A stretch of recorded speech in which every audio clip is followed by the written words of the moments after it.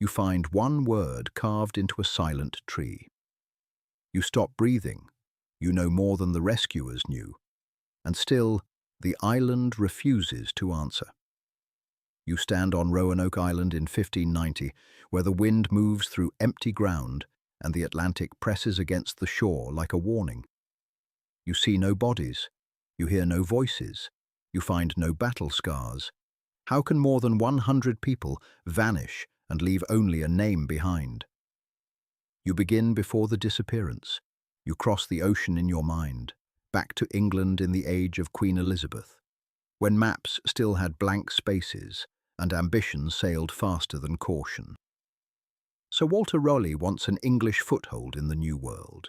He wants land, he wants profit, he wants glory.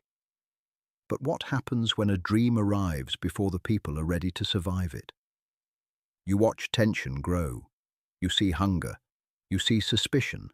You see English men depend on native communities for food, while also offending and threatening them. The first settlement fails. The survivors leave with Sir Francis Drake in 1586. Would you return to a place that had already warned you once? In 1587, you arrive with families instead of soldiers alone. You are not meant to stay on Roanoke forever, because the plan is to move north toward the Chesapeake Bay, where better land may wait. But the pilot leaves you at Roanoke. The ships unload people, tools, hopes, and fear. Now you are trapped inside a plan that has already changed. You meet Governor John White. You see him as a leader, but also as a father and grandfather. His daughter, Eleanor Dare, is there. Her husband, Ananias Dare, is there. Soon a child is born. Virginia Dare becomes the first English child born in the New World. Does a birth make a colony stronger, or does it only make danger harder to ignore? You feel the daily pressure. Food must be found, shelter must hold, alliances must be repaired. The English need the Croatoan people, who live to the south on what is now Hatteras Island. They also fear enemies among other local groups. Every choice carries weight. Every misunderstanding can become a wound. Then the colony sends John White back to England. He must gather supplies. He must return quickly. You watch him leave behind his family, his granddaughter, and more than 100 settlers. He expects a short absence. He gets a nightmare of delay. What would you feel if the only rescue you trusted disappeared over the horizon? England is not waiting calmly. War with Spain consumes ships, money, and men. The Spanish Armada threatens England in 1588, and Roanoke becomes a small worry inside a national emergency. White tries to return. He is stopped. He waits. He finally sails again in 1590, 3 years after he left. How long can a fragile colony hold on when the ocean becomes a locked door? You return with White in August 1590. The timing is cruel. It is his granddaughter's 3rd birthday. The ships reach the Outer Banks after a difficult voyage. The men search for signs. They call out into the dark. No one answers. Would you keep hope alive when silence is the first thing greeting you? You climb toward the settlement. The houses are gone or dismantled. The fort is taken down in an orderly way. There are no graves in plain sight. There is no sign of a massacre. Then you see it. Croatoan carved into a post. So why did history turn a clue into a ghost story? John White had made an agreement with the colonists. If they left Roanoke, they should carve the name of their destination. If they were forced away by danger, they should carve a cross above the word. White finds no cross. That matters.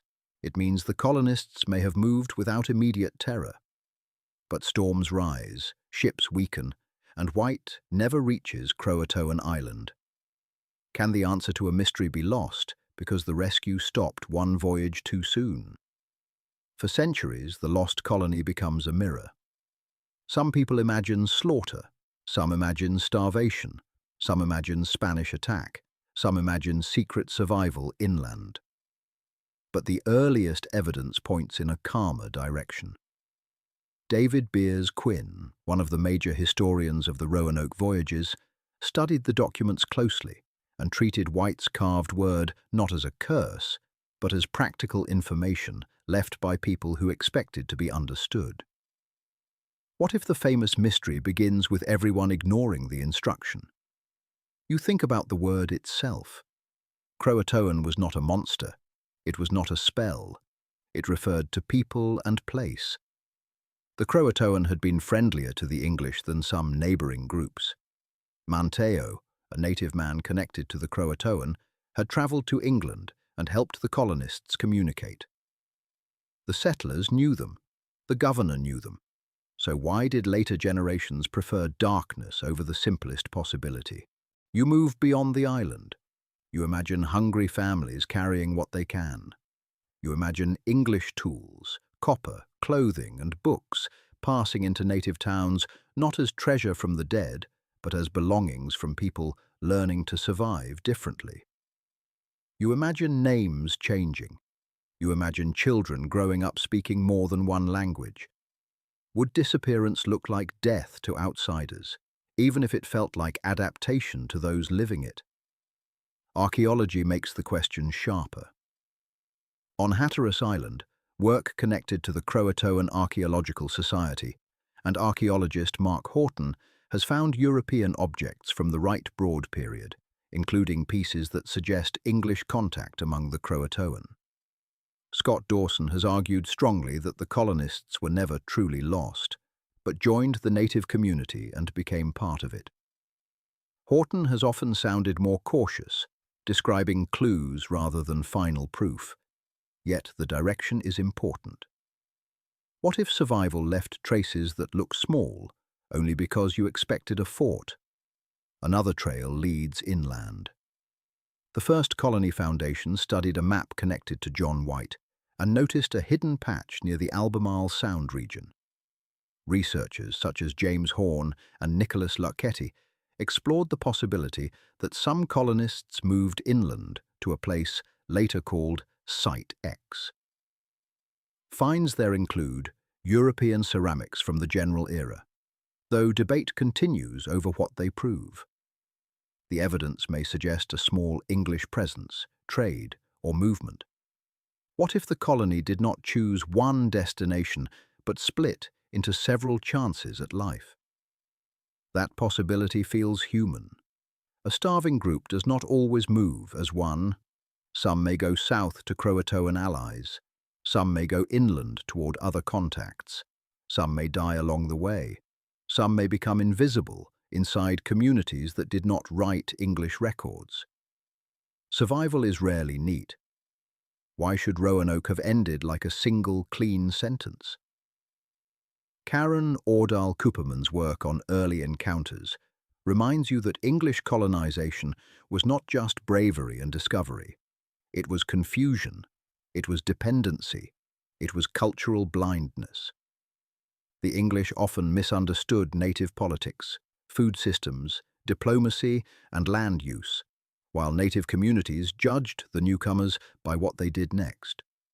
Roanoke sits inside that fragile exchange. What if the real mystery is not where the colonists went, but why England failed to understand the world it entered? The Spanish attack theory has drama. Spain had power in the region. Spain opposed English expansion. Yet there is no strong evidence that Spanish soldiers found and wiped out the Roanoke settlers after 1587. The massacre theory also has drama. But White saw no bodies, no burned ruins, and no distress cross. The starvation theory has pain. Yet starving people still move, trade, beg, join, scatter, and adapt. Why choose the loudest ending when the quiet evidence points elsewhere? You keep your caution. Good history does not turn possibility into certainty too quickly. Mark Horton's excavations, Scott Dawson's arguments, David Beers Quinn's documentary work, Karen Kupperman's cultural analysis, and the First Colony Foundation's inland research do not all say the exact same thing. They show you that Roanoke was not one locked room. It was a living borderland, shaped by native nations, English weakness, weather, war, and time. What if the truth is not hidden because it is supernatural, but because it was ordinary enough to leave scattered traces? You now see why the word Croatoan matters so much. It was the only message the colonists left where John White expected one. It named a known ally. It carried no cross of distress. It did not say help. It did not say dead. It said where to look. So why did so many people spend centuries looking everywhere else? Because mystery is powerful. It sells better than adaptation. It frightens better than survival. It gives you a clean shiver instead of a complicated history. But Roanoke deserves better than a ghost story. The colonists were not props in a legend. The native people were not scenery around an English tragedy. Can you solve a disappearance if you refuse to see half the people in the story? You walk through the empty settlement one last time. You notice the missing houses. You notice the carved word. You notice the absence of panic. The island feels less like a murder scene now and more like a place deliberately left behind. The silence remains, but it changes shape. What do you call a disappearance when the missing may have learned how to live? You stand with the word again. Croatoan. It is rough. It is patient. It has carried fear for centuries. But it may have been carved with hope. It may have meant, we are not here anymore. It may have meant, come find us among friends. It may have meant, we chose life. And now, at last, you can hear the island answer in a quieter way. You find one word carved into a silent tree, and this time, you understand it was not the end of the story. Thanks for watching Mark's Cave Stories. If you enjoyed this mystery, don't forget to leave a like, subscribe, and turn on notifications so you never miss another fascinating story. Until next time, keep questioning the unknown, because sometimes the greatest mysteries are the ones that are still waiting to be solved.